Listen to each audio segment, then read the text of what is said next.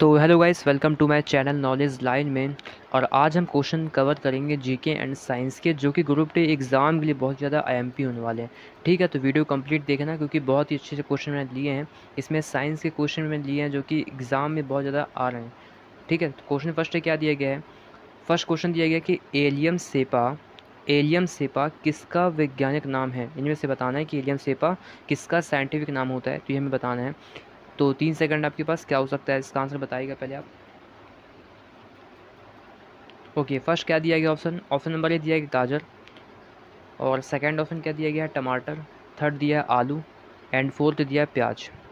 तो एलियम सेपा जो है वो प्याज का साइंटिफिक नेम होता है। किसका होता है, प्याज का साइंटिफिक नेम होता है प्याज का एलियम सेपा। क्या होता है, एलियम सेपा। अच्छा, अगर बात करते हैं बाकी ऑप्शन की, तो गाजर का साइंटिफिक नेम क्या होता है, पूछ सकता है एग्जाम में। तो गाजर का साइंटिफिक नेम होता है डाकर। क्या होता है, डाकर कैरोटा। क्या होता है, डाकर कैरोटा। यह होता है गाजर का वास्तव साइंटिफिक नेम। ठीक है, क्या होता है, वैज्ञानिक नाम गाजर का होता है डाकर कैरोटा। अगर बात करते हैं टमाटर की, तो टमाटर का साइंटिफिक नेम क्या होता है, यह होता है सोलेनम। क्या होता है, सोलेनम लाइकोपेर्सिकम। लाइकोपेर्सिकम, यह होता है किसका, टमाटर का साइंटिफिक नेम। अच्छा, याद कैसे करेंगे, तो हमको पता है टमाटर में जो लाल रंग होता है वो किसकी वजह से होता है, लाइकोपिन की। तो लाइको लिख के आएगा, लाइको से अपन पकड़ लेंगे, टमाटर इसका साइंटिफिक नेम होता है। ठीक है। अच्छा, जैसे मैंने बोला कि एलियम सेपा है, तो एलियम सेपा कैसे याद करें कि प्याज का होता है। तो जैसे कि लास्ट में इसके पार है, तो हम लिंक कर सकते हैं सेपा से पा से प्याज। सेपा पा से प्याज, तो हम ऐसे इसको याद कर सकते हैं क्योंकि पूरा नाम तो याद हो नहीं पाएगा, थोड़ा दिक्कत जाएगी। तो अगर हमको सिंपल से याद करना चाहे तो इसके लास्ट वर्ड को पकड़ के याद कर सकते हैं। जैसे गाजर का, तो कैरोटा। ठीक है, ऐसे याद कर सकते हैं, गाजर से कैरोटा, कैरोटा से गाजर लिंक कर सकते हैं जैसे आप चाहें। आलू की बात करेंगे तो उसका साइंटिफिक नेम क्या होता है, इसका होता है सोलेनम, सोलेनम टुबेरुसम। क्या होता है, टुबेरुसम, टुबेरुसम। ये होता है आलू का साइंटिफिक नेम। ठीक है, अब बढ़ते हैं अपने अगले क्वेश्चन की ओर। तो सेकंड क्वेश्चन क्या दिया गया है, तो गाइस सेकंड क्वेश्चन दिया गया है, अच्छा क्वेश्चन है। भारत में कृषि के लिए रबड़ का पौधा जो है वो कहाँ से लाया गया था। बहुत ही अच्छा क्वेश्चन है। ठीक है, तो क्वेश्चन क्या है, भारत में कृषि के लिए रबड़ का पौधा कहाँ से लाया गया था, ये हमें बताना है। 3 सेकंड आपके पास, तो पहले बताइए क्या हो सकता है इसका आंसर। ओके, फर्स्ट क्या दिया है, फर्स्ट ऑप्शन दिया है मलाया। सेकंड दिया है वेनेजुएला। थर्ड दिया है ब्राज़ील और फोर्थ दिया है इंडोनेशिया। तो इसका राइट आंसर क्या होगा, option number C, Brazil. Brazil से ही क्या हुआ था, भारत में कृषि के लिए रबड़ का पौधा लाया गया था, ब्राज़ील से लाया गया था। अब क्वेश्चन ये पूछ सकता है कि भारत में कहाँ लाया गया था।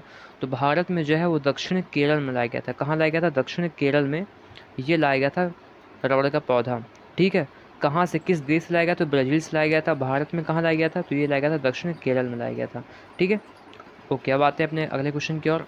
और थर्ड क्वेश्चन क्या दिया गया है, गाइस थर्ड क्वेश्चन दिया गया है कि वायु का निरपेक्ष अपवर्त सूचकांक। क्या पूछा गया, वायु का, किसका पूछा गया, वायु का पूछा गया, निरपेक्ष अपवर्त सूचकांक कितना होता है, यह हमें बताना है।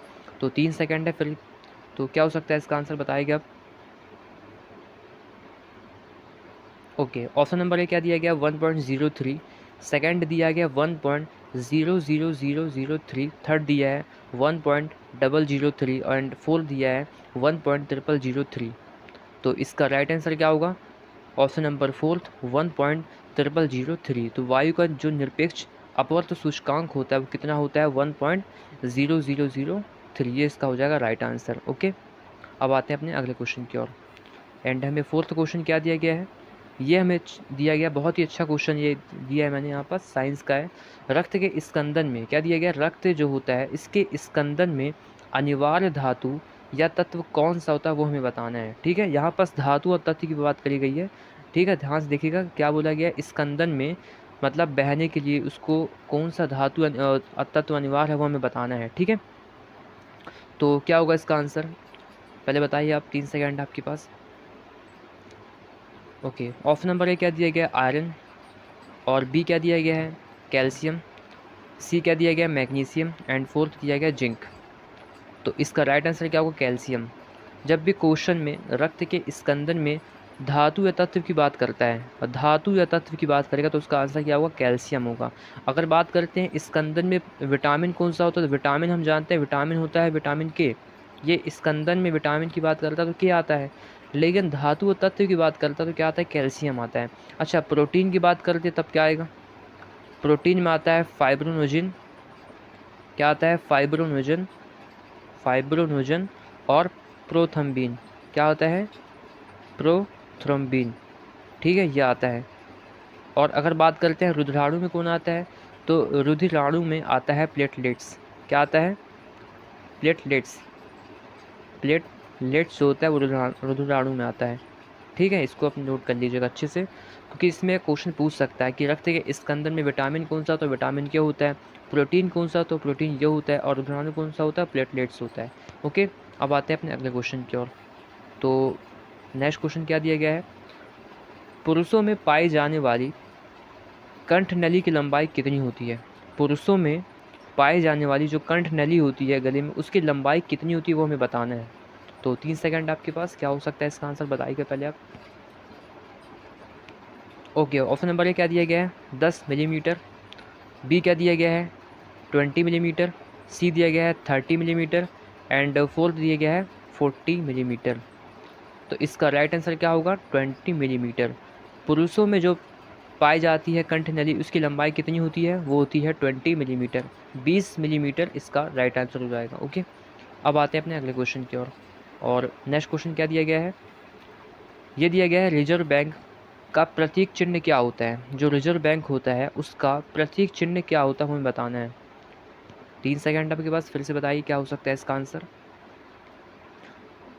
ओके, ऑप्शन नंबर ए क्या दिया गया है, अशोक स्तंभ का शीर्ष, सेकंड दिया है धन की थैली के साथ कुबेर, थर्ड दिया है ताड़ के वृक्ष के आगे बाघ, एंड फोर्थ दिया रक्षात्मक अवस्था में बैठे हुए एक कुत्ता। तो गाइस इसका राइट आंसर क्या होगा, ऑप्शन नंबर 3, ताड़ के वृक्ष के आगे बाघ। यह होता है आरबीआई का प्रतीक चिन्ह, क्या होता है, ताड़ के वृक्ष के आगे बाघ, ताड़ के वृक्ष के आगे बाघ, ये इसका हो जाएगा राइट आंसर। ठीक है, अब आते हैं अपने अगले क्वेश्चन की ओर। और सातवां क्वेश्चन क्या दिया गया हमें, तो गाइस सातवां क्वेश्चन दिया गया कि भारत में बर्फीला तेंदुआ परियोजना की शुरुआत कब हुई थी वो हमें बताना है। ये कब शुरू की गई हुई थी, इसका हमें सन बताना है। भारत में बर्फीला तेंदुआ परियोजना, ठीक है। 3 सेकंड आपके पास, फिर से बताइए क्या हो सकता है इसका आंसर। ओके, फर्स्ट क्या दिया गया, ऑप्शन नंबर फर्स्ट दिया गया 2001, सेकंड दिया 2003, थर्ड दिया 2007, एंड फोर्थ दिया 2009। तो क्या होगा इसका right answer, option number fourth 2009। 2009 में क्या की गई थी, बर्फीला तेंदुआ परियोजना की शुरुआत की गई थी। एक और क्वेश्चन आता है कि अगर बोल देगा टाइगर मतलब एक क्वेश्चन आता है बाघ रिजर्व, ठीक है, बाघ परियोजना पूछता है, तो इसकी शुरुआत कब की गई थी बाघ परियोजना की, ये की गई थी 1973 में। कब की गई थी, उत्तराखंड में की गई थी, ठीक है, 1973 में की गई थी उत्तराखंड में। ये आपको पूछ सकते हैं एक्स्ट्रा में कि इसकी स्थापना, ये तो जो क्वेश्चन पूछा ये पूछा बर्फीला तेंदुआ की, तो ये की गई थी 2009 में। अगर पूछेगा बाघ परियोजना कब की गई थी, तो ये हुई थी 1973 में, उत्तराखंड में की गई थी, ठीक है। अब आते हैं अपने अगले क्वेश्चन की ओर। तो गाइस नेक्स्ट क्वेश्चन क्या दिया गया है, 8वां क्वेश्चन दिया गया है कि भारतीय संसद में, क्या बोला, भारतीय संसद में पर्यावरण संरक्षण अधिनियम कब पारित किया गया था। कौन सा अधिनियम पूछा गया है, यहाँ पूछा गया पर्यावरण संरक्षण अधिनियम कब पारित किया गया था। तो 3 सेकंड आपके पास, क्या हो सकता है इसका राइट आंसर, बताइए। ओके, ऑप्शन नंबर ए क्या दिया गया है, 1972, बी दिया गया है 1984, सी दिया गया है 1981, एंड डी दिया गया 1986। तो इसका राइट आंसर क्या होगा, 1986 में इसको या इस अधिनियम को पारित किया गया था। किसको, ये है, इसका नाम है पर्यावरण संरक्षण अधिनियम को 1986 में पारित किया गया था, ये होगा इसका राइट आंसर। ओके, अब आते हैं अपने अगले क्वेश्चन की ओर।